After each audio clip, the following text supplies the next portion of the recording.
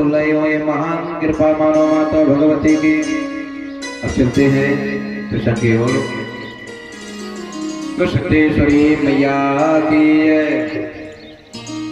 उसी समय वह बालक सामने खड़ा हुआ भगवान विष्णु के रूप में, छोटे से ही हैं उस समय विष्णु जी, और सांत्वना देने के लिए माता भगवती सामने खड़ी हुई। माता भगवती कहती है संसार सागर है, इसमें अनेकानेक विष्णु है, यह अवमान ना लेना, नहीं तुम्हारे अंदर अवमान हो गया हो कि मैंने बताया कि अनेकानेक और ब्रह्मा है।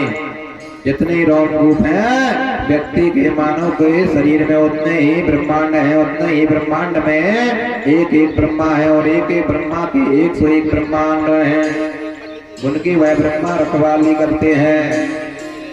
तो हमारे शरीर में रोम रूप 3.5 करोड़ होते हैं, 3.5 करोड़ रोम रूप होते हैं, और 3.5 करोड़ रोम रूपों में एक रोम रूप में 100 ब्रह्मांड होते हैं। अब आप हिसाब लगा लेना कितने ब्रह्मा हुए। तो ऐसे बताया गया, विष्णु को समझाया, और सभी ब्रह्मांडों में एक एक विष्णु को स्थापना की गई है। उसी समय वह बालक हाथ जोड़ करके कहने लगा भगवती स्वरूपम तथात्मनानो मां तेजां तथात्मना अहं वचनं दर्शनं ज्ञानम् अहं भक्ति च दर्शनम्। हे माता, हम आपको बारंबार प्रणाम करते हैं। विष्णु जी कहने लगे आप हमें ऐसा कुछ बता दिए जिससे हम ध्यान करते रहे आपका और हमें ज्ञान बढ़ता रहे। उसी समय माता भगवती पुनः देवी भागवत का आधा श्लोक का उच्चारण करती हैं। कहती हैं इस श्लोक के द्वारा आपको ऐसे 18,000 श्लोक प्राप्त होंगे, और यहाँ तक बताया कि संपूर्णता के साथ हवन के लिए भी आपको 1000 मंत्रों को प्राप्ति हो जाएगी। कहा 19,000 श्लोक प्राप्त हो जाएंगे। यस्या प्रभावमग्रम नहीं वेद धाता न वे हरं नहीं चापनंता। इस श्लोक का उच्चारण करते जाइए। माता भगवती ने कहा संपूर्णता के साथ कृपा होगी आपके ऊपर।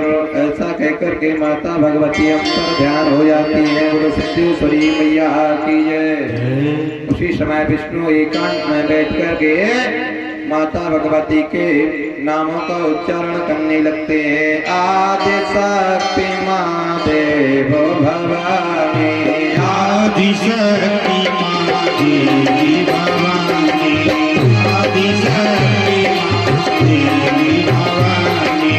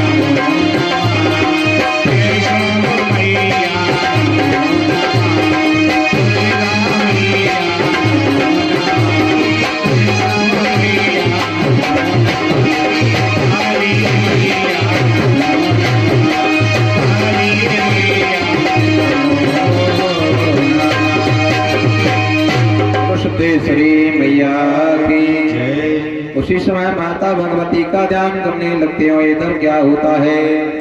दैत्य पूजे शुक्राचार्य देवाचार्य तथा गुरु।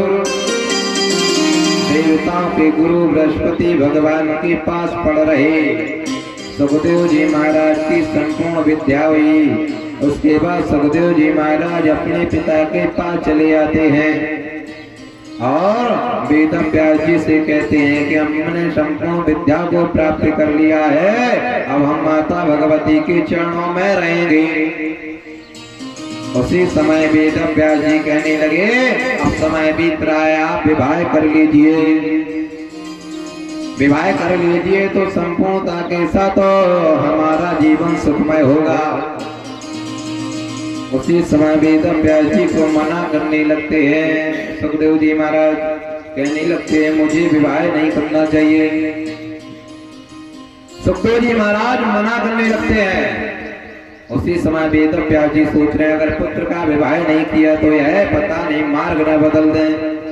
ये बात भी सही है, अगर पुत्र मार्ग बदलने लगे तो समझो विवाह करा दे, अपने आप सुधर जाते हैं। तो वेद व्यास जी वही सोच रहे हैं कि ये पढ़कर गया है, कहीं कुसंग में न फंस जाए। उसी समय सुखदेव जी से कहते हैं, मेरी बात मान जाओ। अहम तथाम वचनम ध्यानो विवाहे संस्कारेण पूज्यते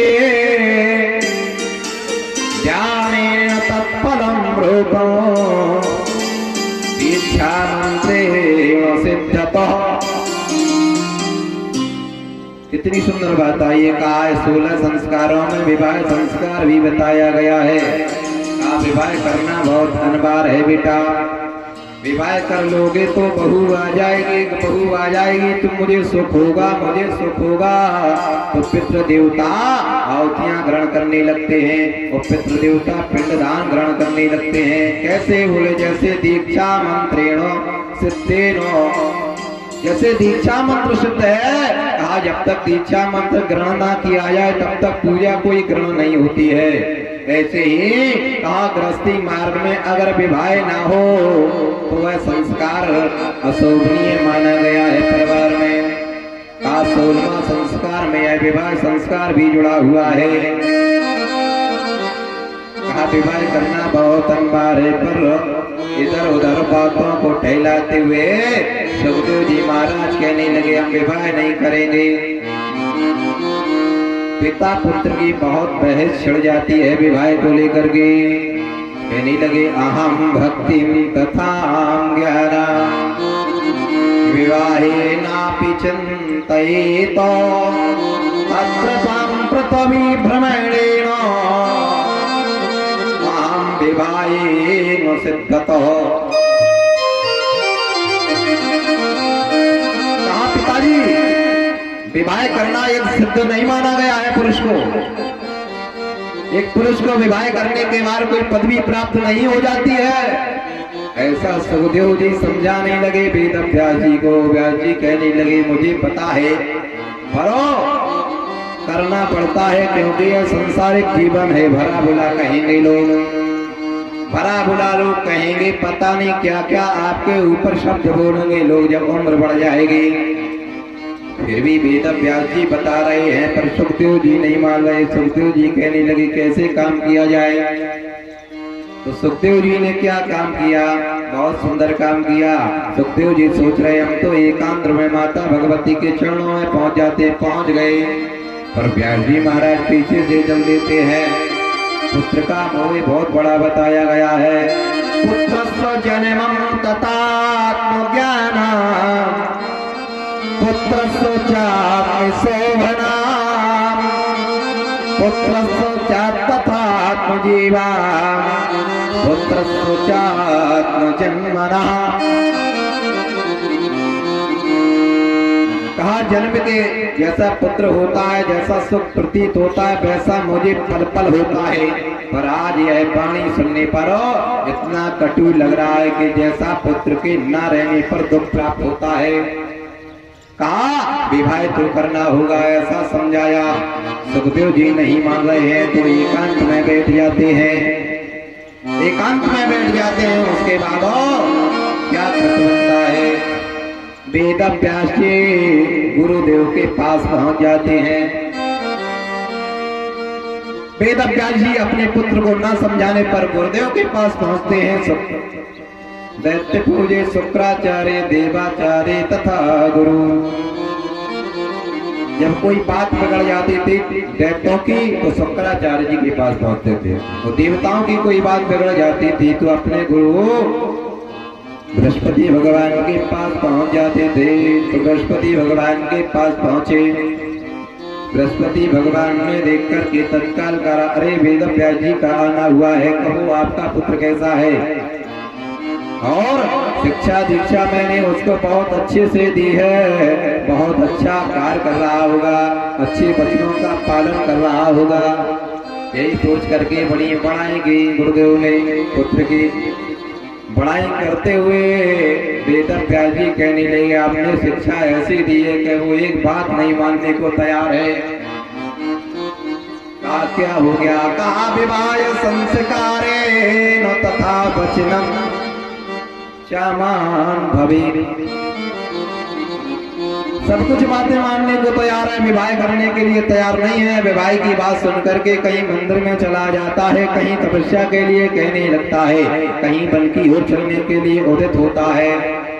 आपने यह क्या पढ़ा दिया गुरुदेव? गुरुदेव कहने लगे कि आपने विवाह थोड़ी सी पढ़ाया है, हमने तो केवल शिक्षा दीक्षा के लिए माता भगवती के कई मंत्र उसको दिए हैं। तो कहा एक बात है, फिर पुनः भेजते हैं। कहा पुनः भेजने की कोई जरूरत नहीं, एक उपाय करिए, अब हम विवाह के बारे में नहीं समझा सकते, क्योंकि हम आपके कुल देवता कुल गुरु ही मान लीजिए, इसलिए हम उतना ही कह पाएंगे जितना बालक से कहते हैं, डांट नहीं पाएंगे।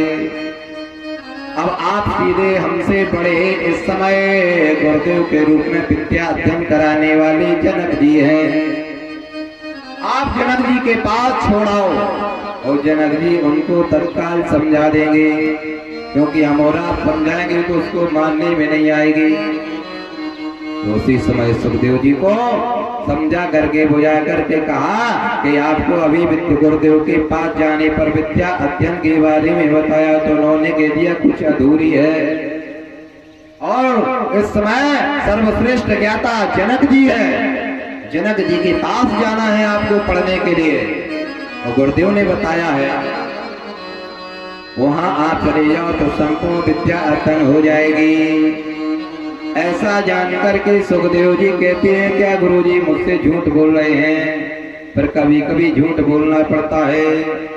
विवाह संस्कारेण मातृजीवेण पुत्रवदेन गौपदेन मित्रगृहेण च मिथ्या वचनं तथात्मज्ञानं नापि दुःखेन मां भवेत्। कितनी बढ़िया बात आई है, इतनी जगह झूठ बोल दो कोई दिक्कत नहीं है, ना कोई पाप है। विवाह संस्कारेण, पुत्री का विवाह हो रहा हो, बिल्कुल आप झूठ बोल दो, 1-2 लाख की बात चल जाएगी। 10 लाख का बता हो तो हाँ देंगे, 12 भी पहुंच जाएंगे तब भी बात बन जाएगी, बारात नहीं लौटेगी 12 तक। उस समय झूठ में कोई बोलने में पाप नहीं है। विवाह संस्कारेण कन्या मित्रेण गृहेण च, मित्र से अगर कोई बात भक्ति के लिए बोल दी जाए झूठ हो, अगर मित्र की माता का पद हो रहा हो उस समय आप झूठ बोल दो, अगर बच जाए तो समझ लेना चाहिए कि वह झूठ सत्य है। इस तरह बताया गया है। किसी की जान जा रही हो उस समय आपका काम अगर आपके शब्दों से बन रहा हो उसका काम, तो आप झूठ बोल दो, कोई पाप नहीं है। और बताया गया गौवदेनो, गौवध हो रही हो या किसी की हत्या हो रही हो उस समय आप झूठ बोल दो, अगर आप उनके वचनों को पालन करते हैं, आपके वचन सत्य हो जाते हैं, तो वह झूठ नहीं है। इतनी जगह है। और बताया गया अग्नि संस्कारेण तथात्मनाम, किसी की यहाँ अग्नि लग रही हो और उस समय आपके झूठ बोलने से अगर वह अग्नि बुझ रही हो या वह कृतकार आ रहा हो। जैसे एक कहानी है छोटी सी, किसी के यहाँ अग्नि लगने जा रही थी और किसी को मंदिर जाना था, तो सब लोगों ने देखा कि अग्नि लग गई है और कहा कि इस समय तो मंदिर का समय हो रहा, हम तो मंदिर जाएंगे, देवताओं को नहीं छोड़ सकते हैं। उस समय जाकर के एक बालक वहां से कह देता है, अरे देवी जी वहां प्रकट हो गई हैं, देखो देखो। सभी लोग मंदिर छोड़ दिए देवी जी को देखने के लिए, जहाँ आग लगी हुई थी वहां पहुंच जाते हैं। तो सब लोग देखते हैं, कहते हैं कहाँ है देवी जी, कहाँ है? अरे कहा आग तो बुझाओ पहले, तब तो देवी जी दर्शन दें। सभी लोग आग बुझाने लगे, आग बुझाए, जैसी आग शांत होती उसी समय उस बालक को ढूंढने के लिए इधर उधर देखते हैं लोग। वह बालक खड़ा होता है कि हम पिटेंगे, तो ऐसी जगह झूठ बोल दो तो उसमें सत्यता का ही वर्णन बताया गया है। तो वह आग भी बुझ गई, वह घर भी बच गया और झूठ बोलने का कोई उसमें पाप नहीं लगा। सिद्धेश्वरी मैया। उसी समय गुरुदेव के पास सुखदेव जी महाराज पहुंच जाते हैं, कहते हैं क्या आपने विद्या में कुछ कमी रखी है? मेरे पिताजी ने बताया है। बोले नहीं कमी नहीं है, पर इस समय आपको वहां जाना होगा। उसी समय जनक जी के पास सुखदेव जी महाराज पहुंच जाते हैं विद्या अध्ययन के लिए। सुखदेव जी विद्या अध्ययन करने लगते हैं, पुनः अनेक विद्याओं को और पारंगत हो जाते हैं। और भागवत में यहीं तक बताया, विद्या अध्ययन तक भी नहीं है कथा।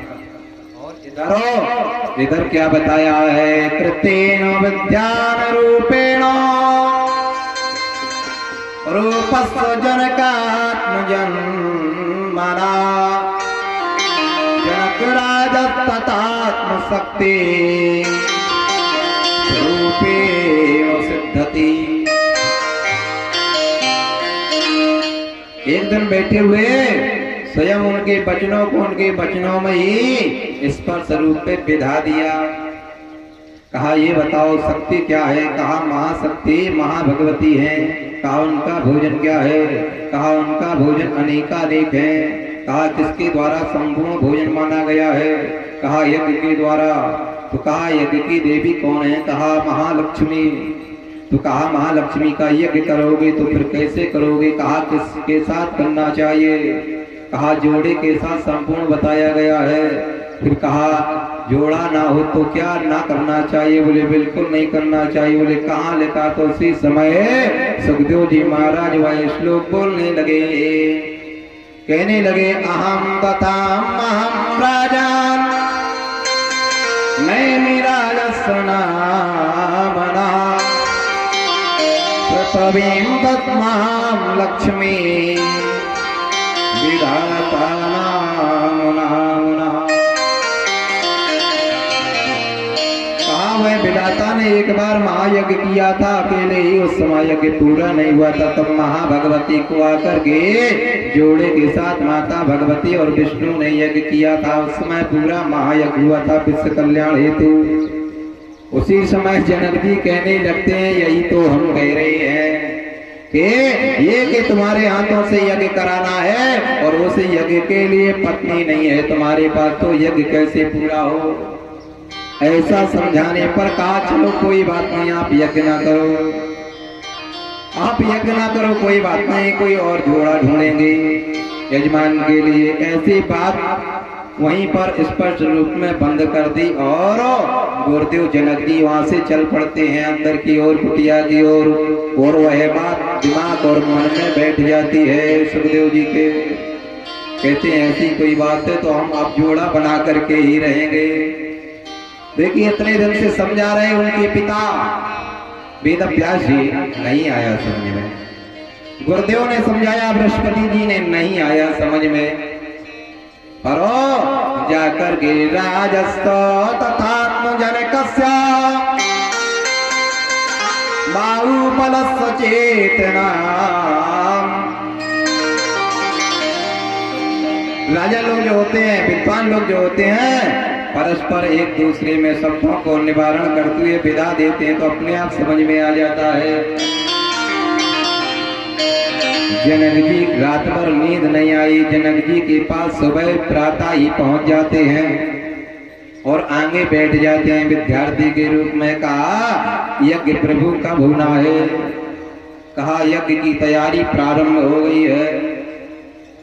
कहा हम उसमें यजमान बनना चाहते हैं। कहा यजमान की कोई जरूरत नहीं है। कहा क्यों? कहा तुम उसमें तो केवल लकड़ी डालने का काम कर सकते हो, केवल संधाओं का डालने का काम, लकड़ी कहते हैं संधा को, कि उसमें आप काम कर सकते हो। कहा और प्रसाद वितरण करने में कार्य कर सकते हो, वह भी एक यज्ञ का भाग है। तो कहा फिर कैसे क्या हो, हमें तो यज्ञ करना ही करना है। कहा कोई जरूरत नहीं है, और भी तो काम बता रहे हैं हम। और कह दिया प्रसादेन तथात्म रूपो ब्राह्मण भोजन तथात्मना। कहा ब्राह्मणों को भोजन कराना होगा, यह भी कार्य यज्ञ के समान है। भूखे को भोजन कराना, ब्राह्मणों को तृप्त करना, यह तुम्हें सौंपा जाएगा। बोले फिर बैठेगा कौन? कहा कीर्ति नामम तथा ज्ञानम पुत्र जन्मना सस्य अनेक मात्रेण सत्वना विचेतना। कहा यहाँ पर अनेक जो शिष्य बैठे हैं, ये कह जोड़ा बना लिए हैं इन्होंने, और इनकी ये विवाह संस्कार हो गए अगले वर्षों। इनको ही बैठाना चाहेंगे। तो उन्होंने कहा अच्छा बताओ कौन कौन विवाह संस्कार संपूर्ण हो गए हैं। तो ये सभी लोगों ने हाथ उठा दिया, केवल यही उस सभा में उपस्थित थे अकेले। उस सभा में जब अकेले उपस्थित थे, इनका विवाह नहीं हुआ था सुखदेव जी का। सुखदेव जी सोचने लगे आज विवाह का चक्कर बड़ा कर रहा है, याद एक यज्ञ में नहीं बैठेंगे क्या? सुखदेव जी कहने लगे प्रभु यज्ञ होगा तो हम बैठेंगे यजमान के रूप में, अन्यथा आप यज्ञ बढ़ा दीजिए। तो कहा यज्ञ बढ़ा तो देंगे, पर जोड़ा तो तुम्हारा पैरे बन जाए तब तो ठीक है। उसी समय जाकर के कहा 2 दिन का समय दे दो। कहा 2 दिन में क्या करोगे? कहा मैं पिताजी से परामर्श करता हूँ, वह हमारी विवाह की चर्चा करते थे। उसी रात्रि में विवाह पर्यंत अपने घर आते हैं सुखदेव जी महाराज, और अपने पिता से वेद व्यास जी से मिलते हैं। कहते हैं पिताजी हमें विवाह करवा दीजिए, गुरु जी के जनक जी के यज्ञ में बैठना है दादा गुरु के यहाँ। कहा क्यों, ऐसा क्या है? कहा उन्होंने बताया जोड़ा का ही महत्व बताया है सपत्नी। उसी समय वह मन ही मनो मुस्कुराते हैं, कहते हैं मेरे समझाने पर तो ये सब नहीं हुआ, गुरुजी ने कौन सी बूटी पिला दी। गुरुदेव के पास पहुंच जाते हैं, कहते हैं गुरुदेव क्या बात है, थोड़ा समय दीजिए, ये तो कह रहा है बस कल ही कर दीजिए, ऐसे कैसे हो जाए, किसकी कन्या बैठी हुई इसके लिए। उसी समय जनक जी हंस पड़ते हैं, कहते हैं चिंता की बात नहीं है, आप तो आदेश करें। उसी समय जनक जी जैसे ही हंसते हैं, हंसने के बाद वह कहते हैं आप लोग हंस क्यों रहे हो, क्या हमें बैठने नहीं देगे? उसके वह जाकर के बात बैठ जाती है। गुरुदेव यह बात सुन करके तत्काल मुस्कुरा जाते हैं, कहते हैं मैं तो यही चाह ही रहा था, वचनम तत्समारूपो तत्वस्य तथात्मनाम विवाहे संस्कारेण धर्मस्य धर्म ज्ञानम तथात्मनाम। कहा श्लोक में लिखा हुआ है कि धर्म ज्ञान के बराबर एक विवाह यज्ञ है। जैसे देवी भागवत का यज्ञ है संपूर्ण, वैसे ही विवाह यज्ञ भी बताया गया है। कहा जल्दी से करवाइए। उसी समय जनक जी कहते हैं जाओ, पितरों की कन्या बैठी हुई है। ध्यान से सुनना, ये कथा आपको नहीं मिलेगी सुनने के लिए कि सुखदेव जी का साथ विवाह किसके साथ हुआ, कौन को पता है? बताइए कितने लोगों को पता है? भागवत देवी भागवत जिसने सुना होगा उसी को पता होगा। कितने लोग हाथ उठाना चाहेंगे किसके साथ विवाह हुआ है? सुखदेव जी महाराज का किसके साथ विवाह हुआ है? सैकड़ों भागवतें सुनी होंगी आप लोगों ने, पर उसमें भागवत में नहीं है। देवी भागवत सुनी होगी तो आप लोगों को याद होगा। पचौरी महाराज को याद है। एक ही भैया, इतने हमारे शिष्य बैठे हैं और इतने हमारे भक्त बैठे हैं माता भगवती के, बस एक ही लोग कह रहे हैं हमें पता है। ऐसे नहीं है। इसीलिए तो बताया गया है। एक श्लोक याद आ रहा है, उसको प्रसंग में कर देते हैं, बहुत सुंदर है।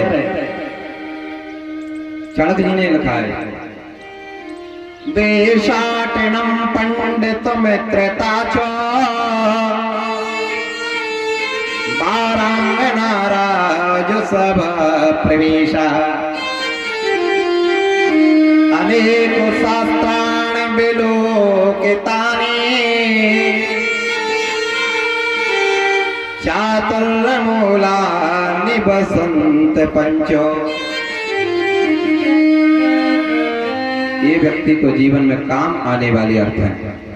देशाटन सभी के लिए है ये। पहले व्यक्ति को देशाटन करना चाहिए, बाहर घूमना चाहिए।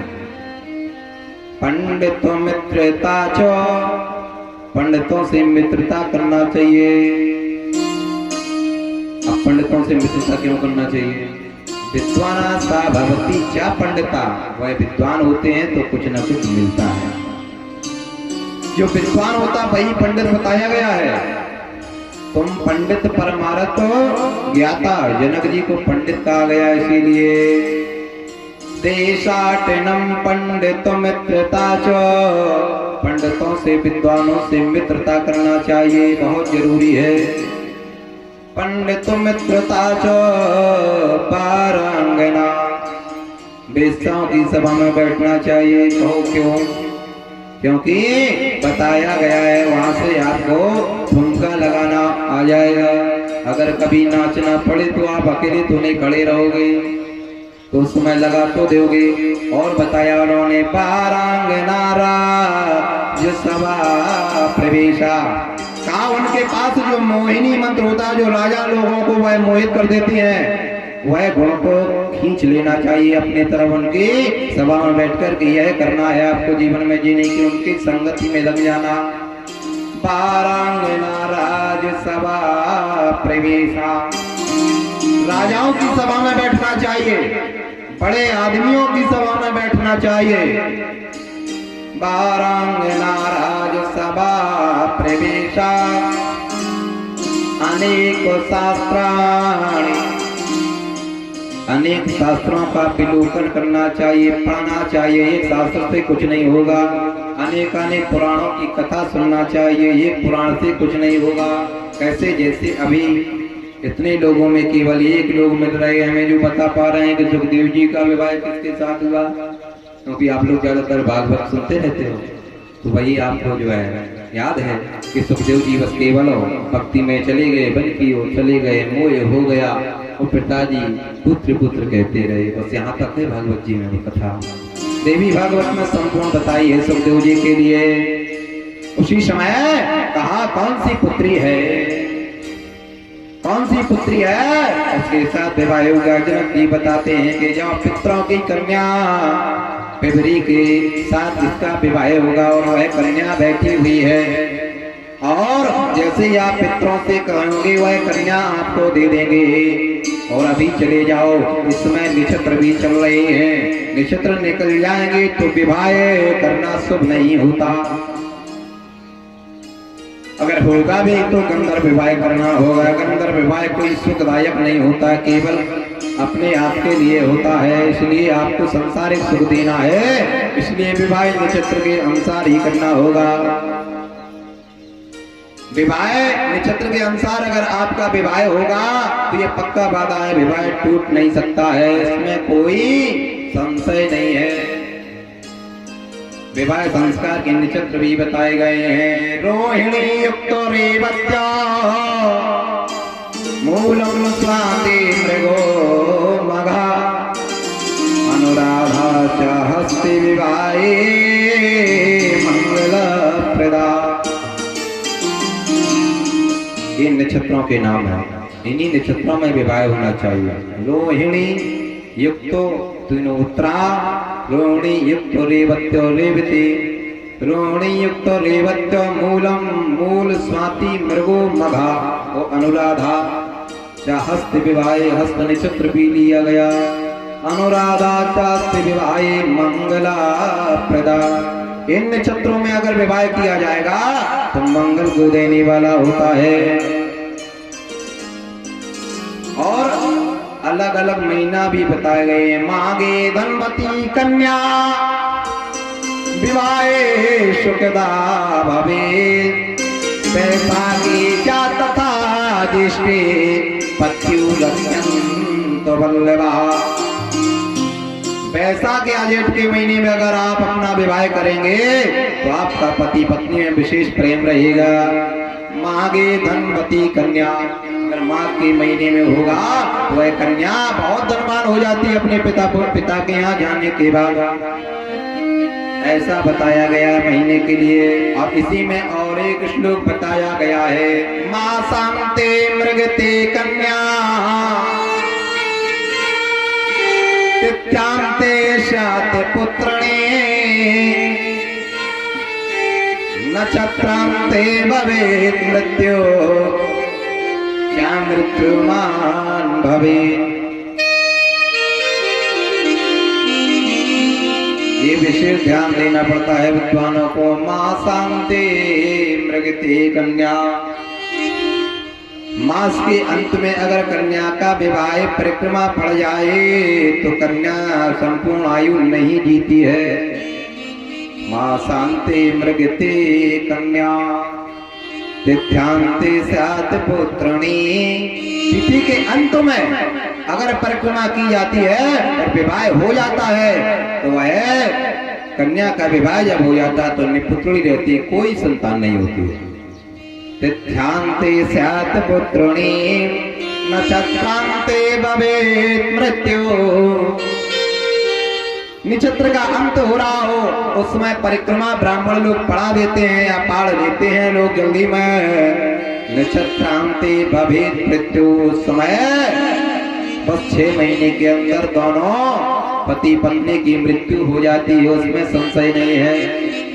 या जोड़ा बिछड़ जाएगा या दोनों की मृत्यु हो जाएगी, ऐसा बताया है। इनको छोड़ करके ही विवाह करना चाहिए इन बातों को। कभी तो हम और आप विवाह जब भी करते हैं तो ब्राह्मण लोगों से मंत्र शुद्धि कराते हैं, यज्ञ कराते हैं, लगन लिखवाते हैं, पत्रिका लगवाते हैं, यहाँ तक तो ठीक रहता है। इसके बाद जब समय आ जाता है परिक्रमा का तो कोई ध्यान नहीं देता है। बस पंडित जी करिए, 7 बजे हमें गेस्ट हाउस खाली करना है, तो पंडित जी कह रहे थोड़ा समय लगेगा।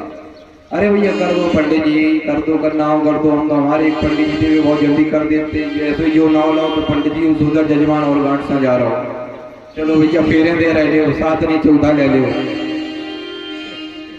इस प्रकार से भैया विवाह हो रहे हैं आजकल। आपने विद्वानों को विवाह पढ़ते नहीं देखा होगा, जो विशेष विद्वान होते हैं बस थोड़े बहुत हुए क्योंकि उन्हें दक्षिणा भी नहीं देना है यजमानों को। हम तो विवाह पढ़ने नहीं जाते इसी कारण से, क्योंकि दक्षिणा की कोई बात नहीं, क्योंकि विवाह संस्कार नियम से नहीं होते हैं और मेरा काम है नियम से कराना। अभी तक की आयु में मैंने केवल 4 विवाह पढ़े हैं, केवल 4 विवाह। और हमारे जितने महाराज एक साल में कम से कम 50 विवाह पढ़ देते हैं। कहते हैं 2-4 तो हम जो है लव मैरिज करा देते हैं महाराज। तो ऐसा नहीं है, विद्वानों को भी सोचना चाहिए और यजमानों को भी सोचना चाहिए। परिक्रमा का समय बिल्कुल शुद्धिकरण में होना चाहिए, और जब शुद्धिकरण में होगा तो आपको लाभ मिलेगा, जीवन ध्यान मिलेगा। और 2-4 दस तो हमारे कल्लू महाराज अपने आप चलते फिरते पढ़ दे। तो कल्लू महाराज कहते हैं, हमने कहा महाराज ये बताओ विवाह तो आपका हुआ नहीं कि किया नहीं? तो कल्लू महाराज कहते हैं हमारे तुम्हारा विवाह बहुत हो रहे थे, हमने करे ही नहीं। हमने क्यों? बोले बड़ी परेशानी है महाराज, बड़ी झंझट है। तो हमने कहा आप कर लो। बोले आप सोचत हैं? आप सोचत हैं? हमने कहा मन अब इनका अभी भी है विवाह करने का।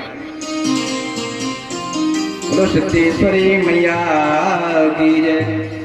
वहां पे सुखदेव जी बड़े प्रसन्न होते हैं, राजा जनक से कहते हैं हे प्रभु आप महाविद्वान हैं, इस विश्व के विद्वान पहले माने गए हैं आप, क्योंकि गुरु बृहस्पति जी ने जब आपके लिए भेजा है तो मैं महाविद्वान ही मानता हूँ। उसी समय मेरे पुत्र को आपने ज्ञान दे दिया, इससे बढ़ के क्या हो सकता है। और पितरों की कन्या पिबरी के साथ सुखदेव जी का विवाह हुआ। अब कभी देवी भागवत होगी तो मैं जरूर पूछूंगा, पितरों की कन्या पिबरी के साथ सुखदेव जी का विवाह संपन्न हुआ। विवाह के बाद पुनः यज्ञ कराया। राजा जनक जी ने यज्ञ में प्रथम यजमान के रूप में आप बैठ जाते हैं और बैठ करके कहते हैं आवो प्रभु यज्ञ कराइए। यज्ञ संपूर्ण हुआ। यज्ञ के बाद तत्काल महाफल स्वरूप फल दिया गया। कहा अपनी पत्नी को दे दीजिएगा, सुंदर सुंदर संतानें उत्पन्न होगी। कहा सुंदर सुंदर संतानें उत्पन्न होगी। कहा हमने तो महाभगवती का पूजन किया है, तो हमें संतानों के अलावा पुत्री भी चाहिए, पुत्र ही नहीं। तो कहा जाओ कोई चिंता की बात नहीं है। पुत्र तथाम कन्या तस्म जन्म जन्म जन्मांतरे पुत्र तथात्म जन्म जन्म जन्मनः। सुखदेव जी महाराज कहते हैं 1000 पुत्र भी हो जाए कोई सुख नहीं अगर पुत्री नहीं है परिवार में। कहा प्रभु एक मुझे पुत्री का वर स्वरूप आप दे दीजिए। कहा जाओ 4 पुत्र होंगे, एक कन्या का जन्म होगा आपके यहाँ और कल्याणमय होगा। उसी समय जनक जी को प्रणाम करते हैं। सुखदेव जी यज्ञ की परिक्रमा लगाते हैं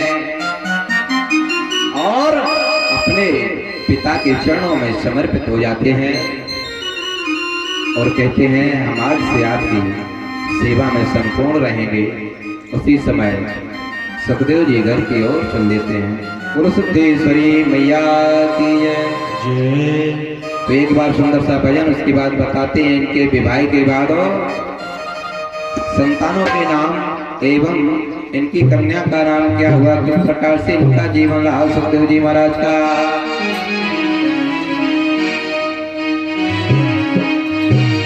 कि मांगा है मैंने मातु से, मांगा है मैंने मातु से वरदान एक ही, वरदान एक ही। तेरी कृपा बनी रहे जब तक है जिंदगी।